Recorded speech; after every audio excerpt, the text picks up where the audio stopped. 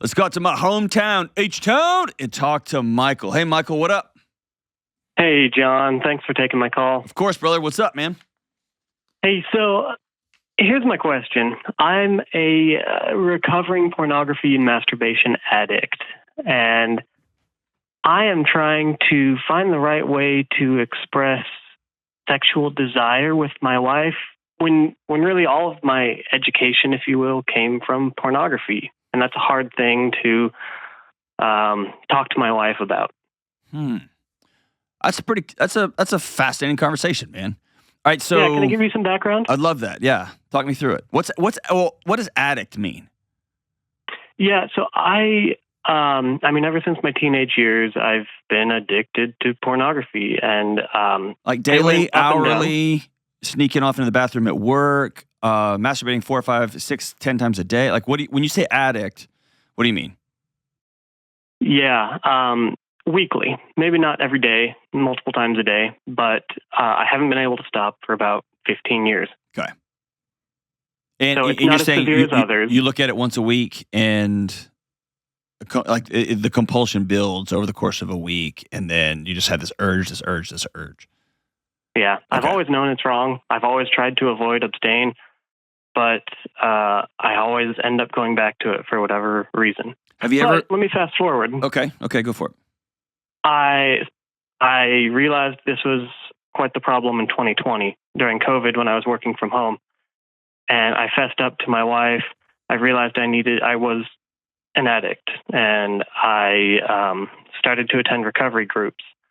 And since then, I've made a lot of progress, and I'm not perfect by any means, but I'm very grateful for 12-step programs, and I am grateful for the progress I've made as a recovering addict. But my wife and I have been married for 9 years. We've got a couple of kids, and we were both virgins when we got married, relatively innocent, if you will, especially her. And as we progress into marriage, I'd like to, be a little bit more, not experimental, but adventurous in the bedroom. And she's all good with kind of the vanilla, black and white.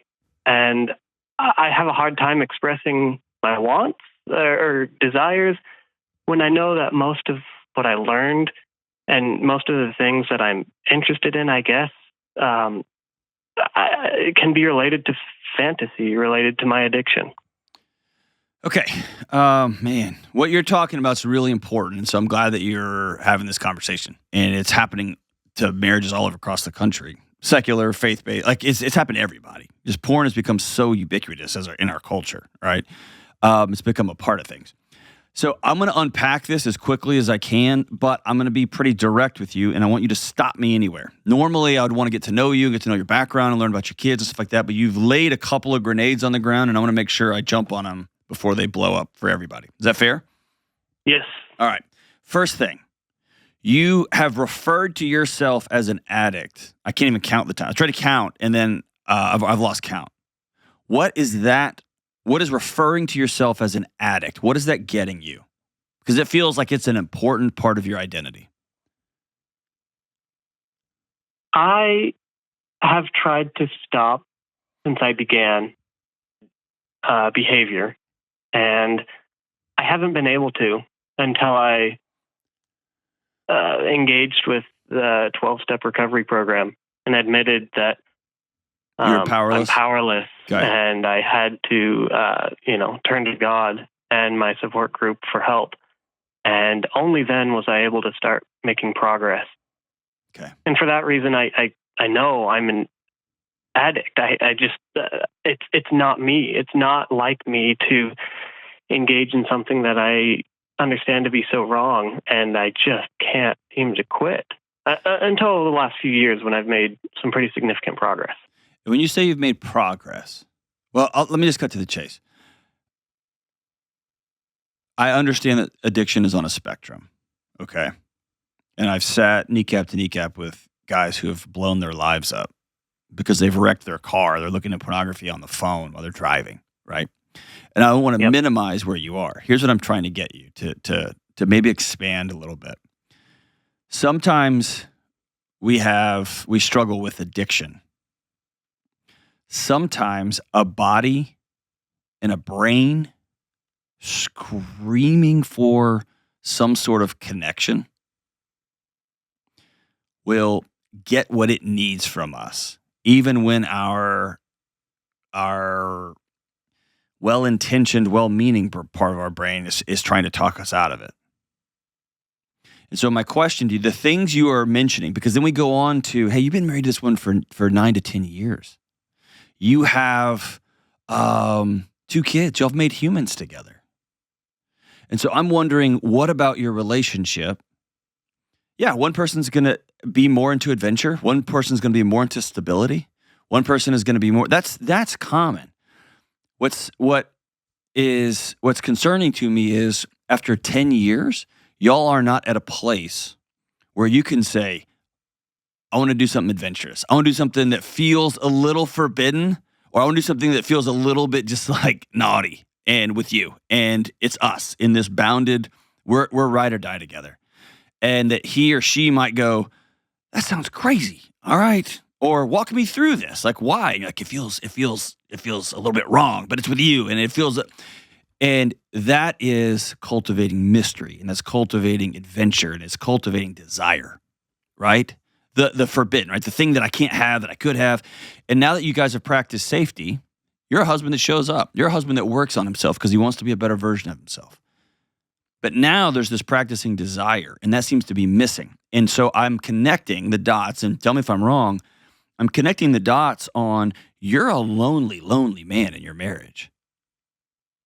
Not because you have a wife that doesn't want to try X, Y, and Z sex act, but because you have a relationship where y'all can't laugh and kind of poke at each other or put something on the table like, I want to try this. And have her be like, I don't know how that's possible, but okay. Like, let's talk through it. Or why in the world do you want to try that? You see what I'm saying? I do. I appreciate that point of view. I think we do have a good relationship. We spend a lot of time together. We've got a good marriage. But she doesn't know you, brother. And have fun. She doesn't know you. Well, I guess here's my point. My question is, she has no desire for it. She'll do whatever. She'll, play along, if you will.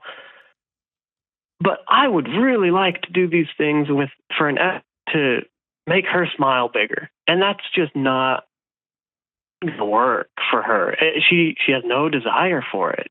And I think part of it is a mental block on her side because she knows, oh, well, Michael learned that from, looking at pornography. Do you know that to be the case, or is that you? We talked about this. Okay. Yeah. So she has taken a list of things, of acts, if you will, off the table because of where you picked them up. Yeah.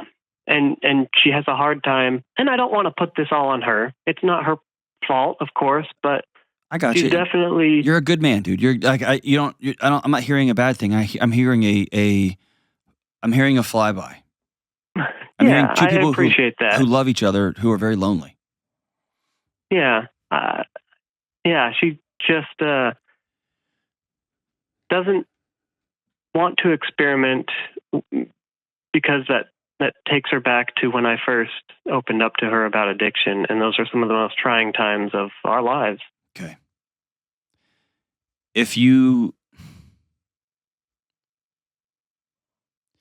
There's a way to talk about yourself in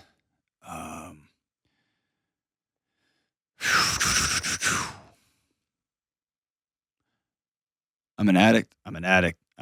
Hi, my name is John. I'm an addict. And now I'm getting help from this addiction. And then I go home. Let's say it's alcohol, or let's say it's food. Let's say food's easier because it's less reactive. I'm an addict. I sit down with my wife and say, I'm an addict. I can't stop eating gummy candies. I've tried. I can't. I don't want to. And I find myself buying bags of junk food. I can't stop. I'm an addict. And then I go to meetings. I introduce myself to strangers. And the first 4 or 5 things I say about myself is I'm an addict. This is my core identity. I'm a man who cannot trust himself and cannot be controlled. I cannot control himself. That is my announcement to the world is who I am. And then I go to my wife, and we go to a really fancy restaurant for an anniversary. And I say, I really want you to try this dessert. It's amazing. It's a 5-star chef. It's so great.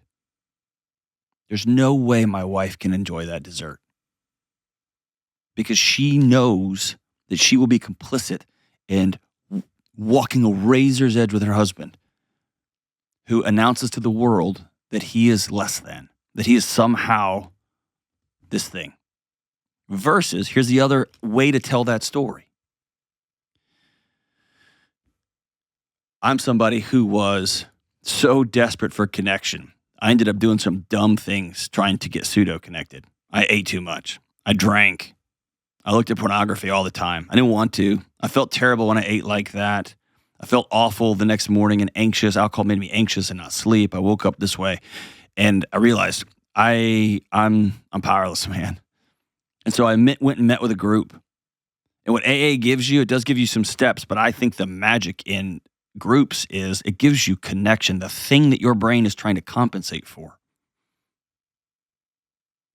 And when you come back home to your home, yeah, man, now my wife knows, right?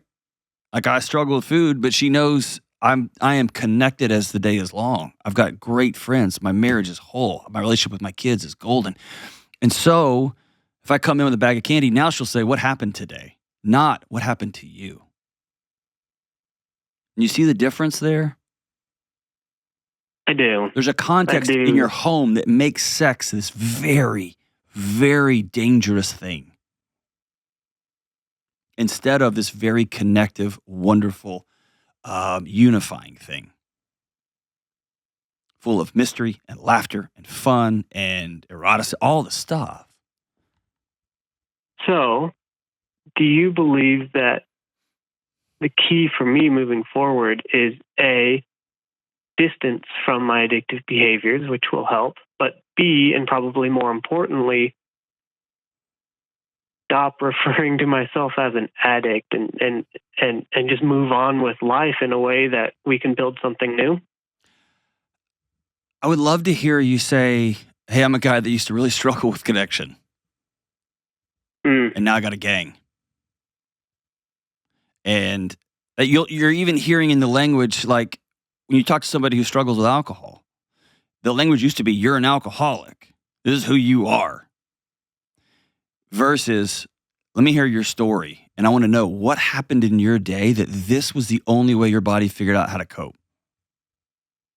Because that's where the story is. That's where the magic is. That's where the freedom is. And so my question to you is, what happened in your life that this was the way that you felt alive?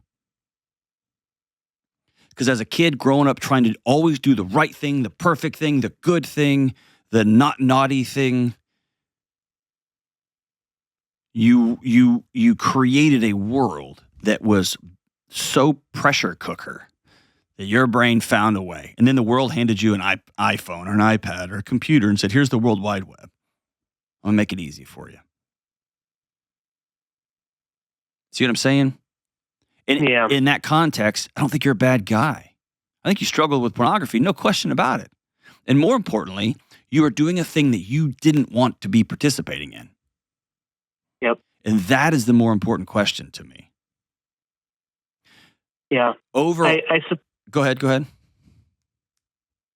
Growing up, I've always been very active in my church, and my dad was a leader in the church, just a service position, but people always complimented me on my behavior and how well-rounded I was and the great attributes and skills and everything that I had, and people always said, oh, you'll be the next, so-and-so in the church. You're a performer. That's right. And I always felt like I was a great kid, but I had this one dirty little secret. And I feel like now that I'm 31, I missed out on a lot of potential. You did. I wasted a lot of time. Here's why. Here's why. Yep. Because the ticker tape running underneath the story that was your life was, I'm a piece of crap. These people only love me for how I can sing and dance. These people love me for who I could be one day. And inside, there's a little kid screaming at you, what about me? And that's a body that is desperate for connection. And that's a body that gets into pornography. That's a body that gets into alcohol. That's a body that gets into food disorders, screaming for connection. That's a body that gets addicted to social media because it's just like crack for a disconnected brain. Yeah. And so what I would tell you, definitely are you a social media guy? Not at all. Okay, No. good for you. What I would say that the quote unquote, did I waste time? I would never say that because it brought you here. Okay, that's a fool's errand. But what I would tell you is you spent a lot of energy thinking you weren't a very good person, and I disagree. Well, I appreciate that. Okay. Here's the reset that has to happen in your house. You probably should take your wife out, and when you've heard me say, build something new, build something new, build something new. The conversation is, I'm going to stop referring to myself as an addict. I'm a guy who struggled with connection. We have 2 kids. We've been married almost a decade. We have a couple of what I would call yellow flashing lights. It's the 7 to 10 year mark is one of the yellow flashing lights. A couple of young kids is one of the yellow flashing lights. A mismatch in sexual energy is one of the yellow flashing lights, and now you're having all of them in a marriage, right? So everything's kind of starting to pulse a little bit, and what usually happens is she will double down on being a great mom. You'll double down on being a great employee because that's the way you both feel like you can help this unit because the unit is disconnected.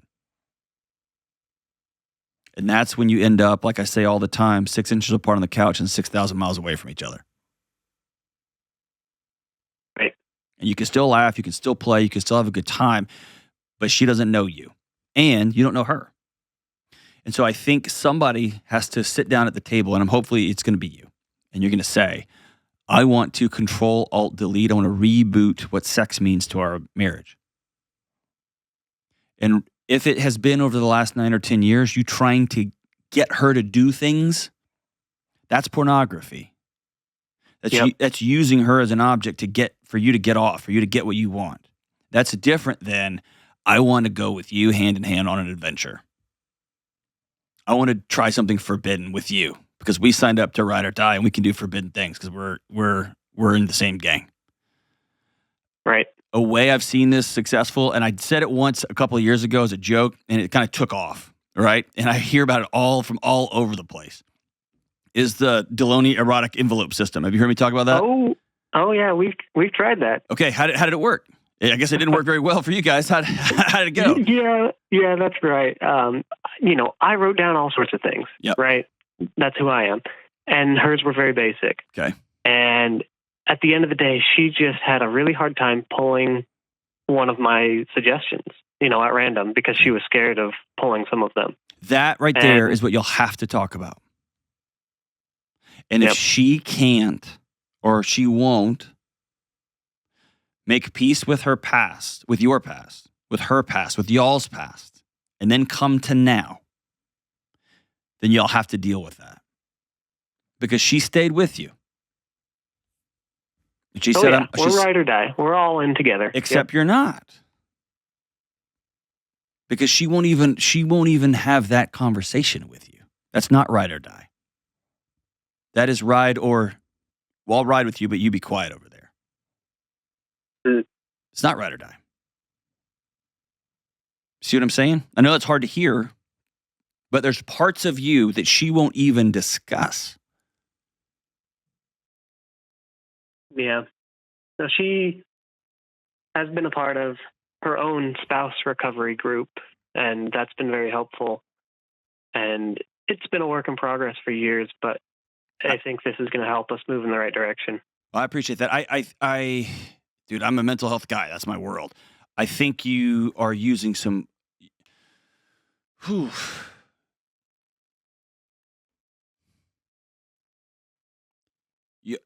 I don't want to. I'm trying to say this the right way. I would love to see y'all step away from over therapizing all of this.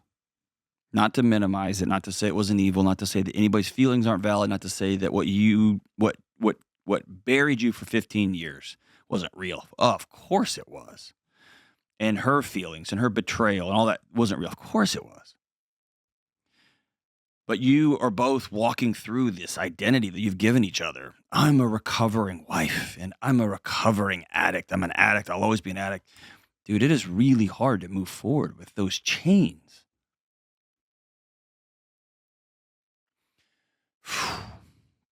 I think we sit down and say, all right, 10 years in, 2 kids, we love each other. We're here.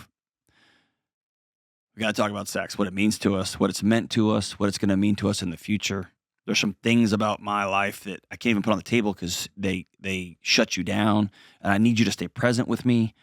And after 10 years, what are the things that even when you think about them, you continue to shut you down? We need to put all that on the table, and we might need to see a counselor with that, okay? Because it might be that we don't have the tools to talk to each other there. But as far as I'm concerned, that's where the challenge lies, that we can't put these things on the table. Because then when it's all out there and then our bodies respond and we're like, no, I'm still going to be here. I'm safe. I'm not doing this. I'm not doing this. I don't desire doing this particular sex act just to do it. I desire you. I want to make you laugh. I want to have adventures. I want you to be participate in X, Y, and Z. All right, now maybe we can get onto that. And maybe she'll give herself permission to begin to dream, to fantasize, to have some adventures of her own in her mind. And then obviously with you, because it's not this laden addict.